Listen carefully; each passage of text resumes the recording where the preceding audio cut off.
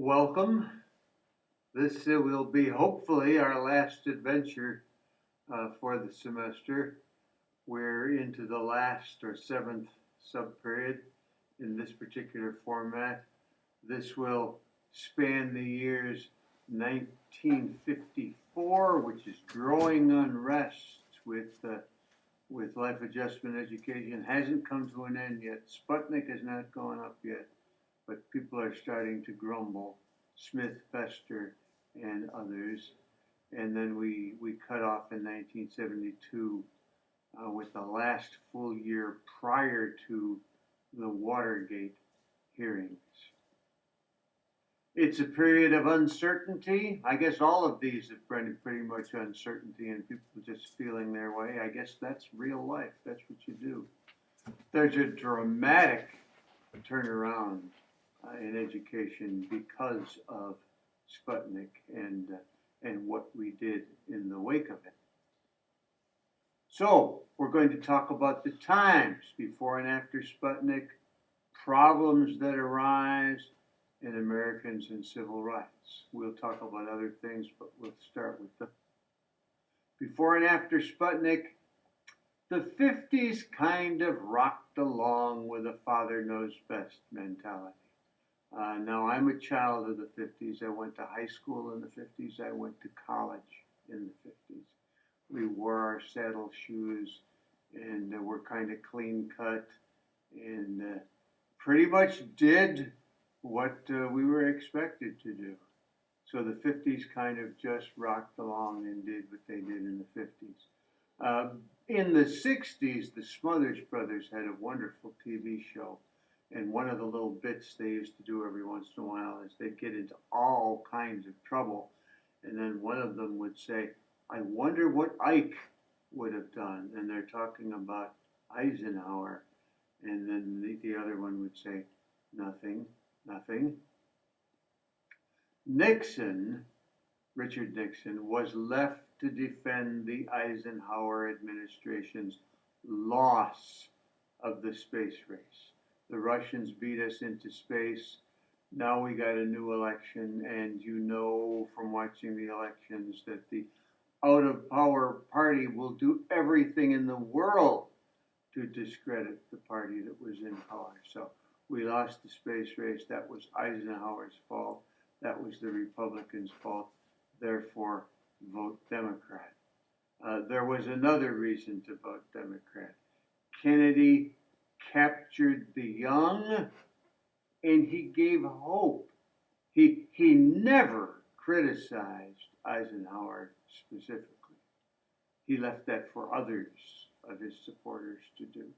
Kennedy always said in his little accent, I think we can do better, or we can do more. Kennedy was elected. First Catholic we've ever had.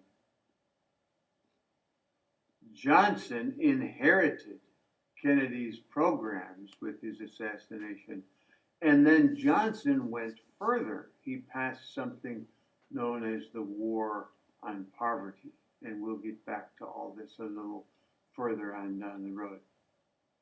Right now, those problems, the Cold War is still going on. It heats up with the space race. Now we're racing, first of all, into space and then to the moon. And as Buzz Lightyear would say, to infinity and beyond. There was a youth movement, again, probably precipitated by Kennedy. Anti-war sentiment was prevalent. We had gotten ourselves embroiled in Vietnam, kind of got in by accident, and then all of a sudden we found ourselves there. No way to get out and save face, and so the youth, the ones who were being drafted and sent over, reacted very much against this. There was lots of campus unrest during the time period. Desegregation and racial concerns were upon us as, again, black people were not satisfied with the type of treatment they were getting in society. Americans and civil rights. We talked last week about Brown versus Topeka, where segregated schools were ruled to be inherently unequal. Remember, we also talked about Brown 2, which said that desegregation should proceed with all due haste. That was hailed by some as a giant step forward. It was hailed by others as a giant step backwards. It was seen by others as not going far enough. It was met with organized resistance. Sometimes this resistance was active, like Governor Orville Faubus standing on the steps of the Little Rock High School, barring, I believe it was 5 black students from entering. I can remember seeing that on the TV and wondering, remember, I'm a Yankee. I grew up with black kids in my class. Now, there were schools that were predominantly black. I guess they called that de facto segregation, but we did have blacks in our class. I graduated with blacks. I wondered what the problem was. What is the big deal? When I saw Faubus there, I didn't know. As a Yankee, I didn't know the situation in the South. I was a naive 50s kind of kid. Or the resistance was passive. Okay, we'll get to that pretty soon. Right now we're busy with something else, but we're going to get to that. Quiet non-compliance, subversion, and stalling. Kind of like my daughter at the time when I would ask her to clean up her room. Well, I was just going to do that. I'll get to that pretty soon. More on Americans and civil rights.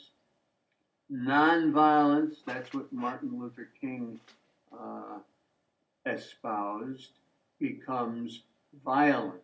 Okay, that didn't work. Let's try this new strategy. The rise of something called Black Power. Congress reacts with the passage of the Civil Rights Act of 1956. This act provided voting rights and equal protection. We won't comment on how well that was followed in the states, but nevertheless, Congress at least put its foot down with respect to the issue. The times, there were increasing Soviet tensions. We had the Bay of Pigs. That was probably one of Kennedy's biggest challenges in his short time in office. The Cuban Missile Crisis. Fortunately, we came out of the second one much better than we came out of the first one. We had Vietnam going on. Vietnam produces campus unrest. At the University of California's Berkeley campus, the first of the campus violence issues arises, and it was over free speech. That spreads to Vietnam. The campuses start protesting, revolting over Vietnam, and that extends to other aspects of society. I remember when I was at the University of Wisconsin, and this was in the late 60s, early 70s, the Dow chemical recruiters came on campus, and the students went wild because Dow Chemical produces napalm, which is used in bombs, which are used to defoliate jungles, and they kill people, and we're doing that in Vietnam, and we need to protest. And so everyone would march around whatever building the Dow recruiters happened to be in at the time.